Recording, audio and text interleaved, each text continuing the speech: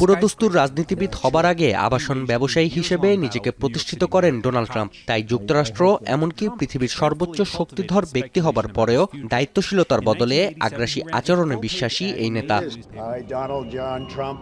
আর মাত্র কদিন বাদেই দ্বিতীয় মেয়াদে হোয়াইট হাউসে প্রত্যাবর্তন করতে যাচ্ছেন ডোনাল্ড ট্রাম্প। তবে রিপাবলিকান এই নেতার একের পর এক হুমকির জেরে শঙ্কায় ইরান।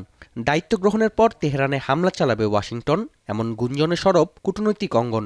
সামনে কি হতে পারে তা নিয়ে বিশ্লেষকরাও সন্দিহান। তবে তাদের দাবি, প্রতিপক্ষকে চাপে রাখার মাধ্যমে ভালো প্রস্তাব পেতে চান নবনির্বাচিত মার্কিন প্রেসিডেন্ট। ট্রাম্পের কাঙ্ক্ষিত প্রস্তাবটি হতে পারে তেহরানের পরমাণু কর্মসূচি বন্ধের প্রতিশ্রুতি। Donald Trump enjoys saying outrageous things, and it may be that it's an opening negotiating position, it may be that it's a literal plan of action. We don't know, and that in itself is the point.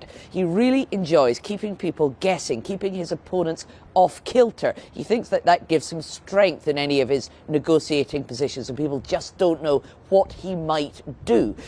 তবে ট্রাম্পকে ইতিহাসের সবচেয়ে বড় হুমকি হিসেবে দেখছে Iran.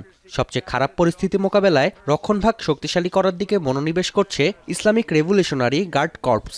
ইতোমধ্যেই নিজেদের অস্ত্র ভাণ্ডারে যোগ করা হয়েছে 1000 শক্তিশালী ড্রোন। রাডার ফাঁকি দিয়ে ধ্বংসাত্মক এই ড্রোনগুলো 2000 কিলোমিটার পাড়ি দিতে সক্ষম। با کسب اجازه از محضر مبارک فرماندهی معظم کل قوا دستمان بسیار بسیار پرتر از پیش است. با تمام قدرت از این ملت بزرگ دفاع کنیم. জানুয়ারিতে 2 মাসব্যাপী সামরিক মহড়া শুরু করে আইআরজিসি।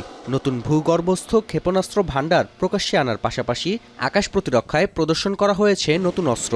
বিশ্লেষকদের ধারণা, ট্রাম্পের সঙ্গে সমঝোতার জন্য যুক্তরাষ্ট্রকে পাল্টা চাপে রাখতে মহড়া চালানোর কৌশল অবলম্বন করছে পেজেশকিয়ান প্রশাসন। নাফিয়া আরমান মনন, এখন বিশ্ব।